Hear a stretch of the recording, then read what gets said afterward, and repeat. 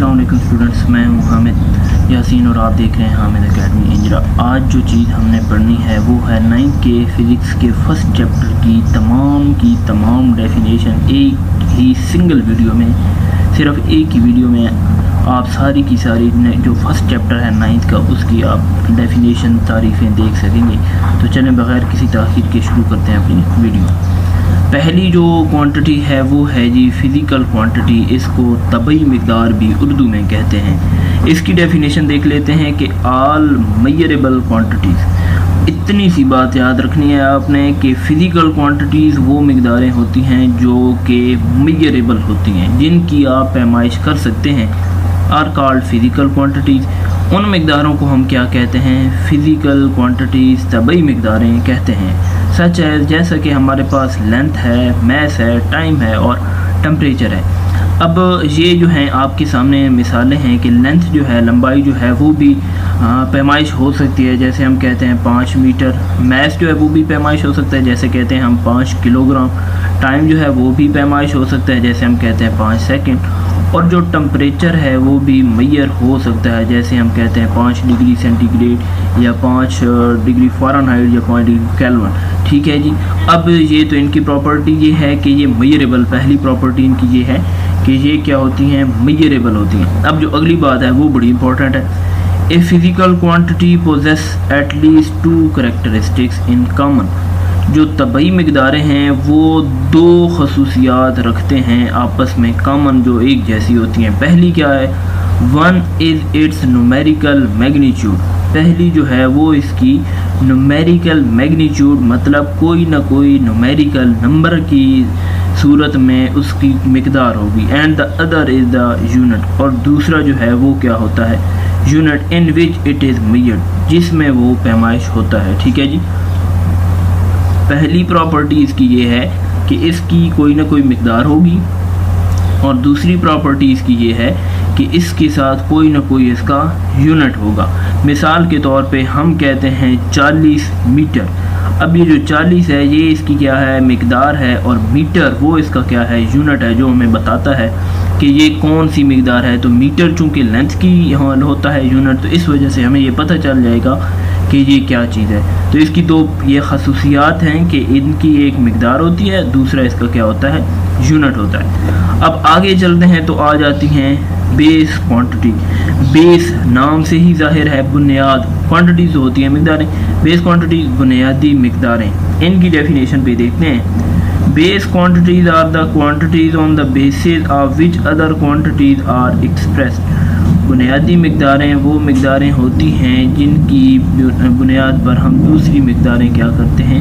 अख़ज़ करते हैं। मिसाल के तौर पर ये आपके सामने दी हुई हैं। लेंथ है, मैस है, टाइम है, इलेक्ट्रिक करंट है, टेम्परेचर है, इंटेंसिटी ऑफ लाइट है और अमाउंट ऑफ सब्सटेंस है। ये सारी की सारी बेस मिक़दारें होती हैं। और ये आगे जो है इनके हम यूनिट भी डिस्कस करेंगे कि इनके लेंथ का यूनिट क्या होता है, मैस का क्या होता है, टाइम का क्या होता है, इलेक्ट्रिक करंट, टेम्परेचर, इन सारी चीज़ों के हम यूनिट्स भी देखेंगे। लेकिन इधर आप बेस क्वांटिटीज़ की डेफिनेशन अच्छे से याद रखनी है कि ये वो क्वांटिटीज़ होती हैं जो दूसरी मिक़दारों को बुनियाद देती हैं। Base quantities on the basis of which other quantities are expressed. ठीक है जी। आगे चलते हैं तो आगे आ जाती हैं डिराइव्ड क्वांटिटीज़। डिराइव्ड का मतलब होता है अख़ज़, मतलब ये डिराइव किसी चीज़ से हुई है। ये जो मिक़दारें हैं ये किसी चीज़ से डिराइव हुई हैं। तो ये quantity, these quantity that are expressed in terms of base quantities are called derived quantity. जिनको बेस क्वांटिटीज़ की टर्म में बयान किया जाता है उन्हें क्या कहते हैं? Derived quantity.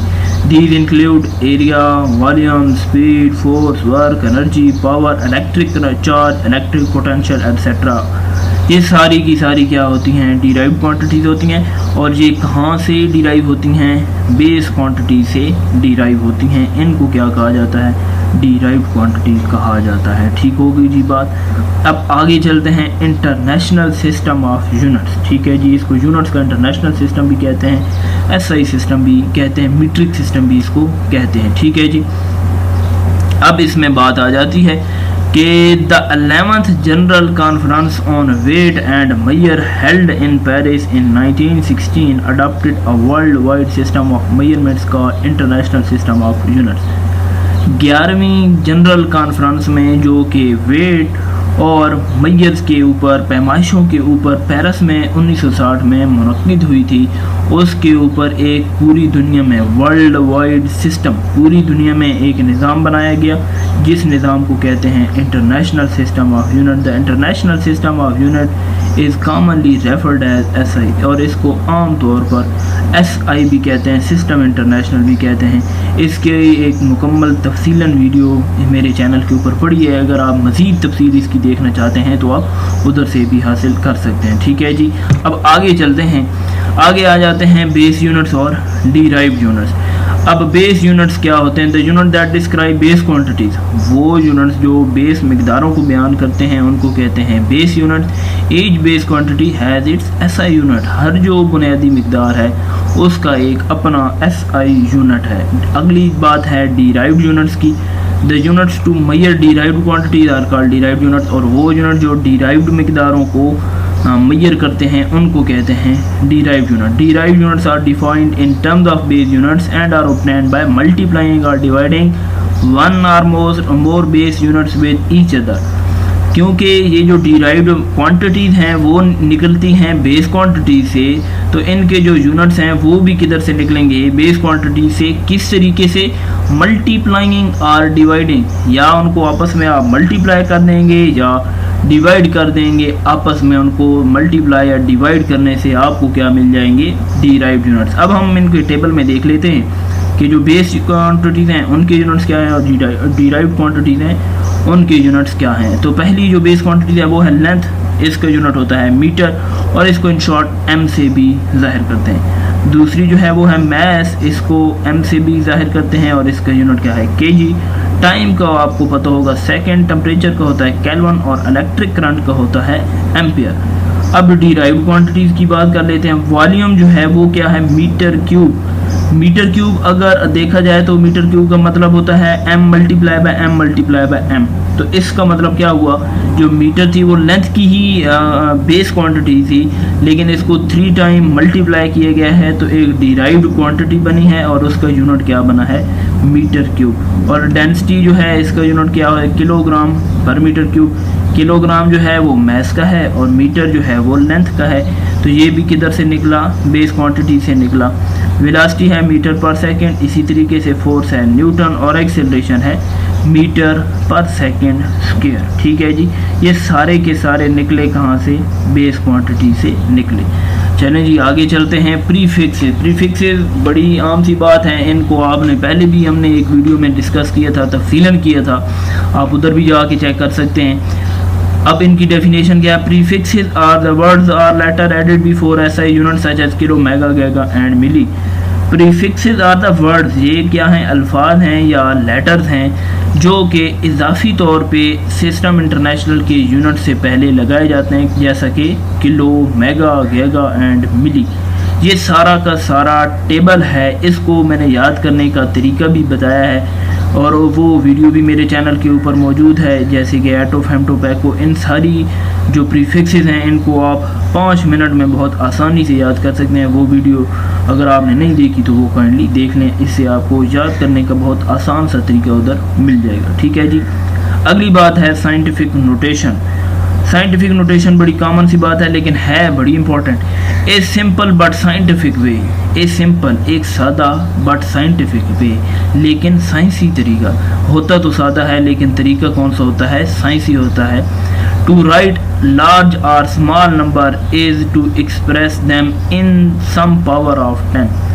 बड़ी या छोटे नंबर्स को, बड़े या छोटे आदाद को लिखने का तरीका किसकी पावर में? 10 की पावर में इज़ कॉल्ड साइंटिफिक नोटेशन। उस तरीके को क्या हम कहते हैं? साइंटिफिक नोटेशन कहते हैं। है बड़ा सादा कि 10 की पावर में आप लिख देंगे तो वो साइंटिफिक नोटेशन बन जाएगा, लेकिन है कौन सा तरीका? साइंसी तरीका है, आम तरीका नहीं है ये। ठीक है जी, अब एग्जांपल है द मून इज़ 384 और बहुत सारे ज़ीरो लगे हुए हैं metre away from the earth. अब ये इतने फासले पर जो चांद है वो ज़मीन से इतने फासले पर दूर है, और अब इसको अगर हम साइंटिफिक नोटेशन में लिखेंगे तो फिर कैसे लिखेंगे?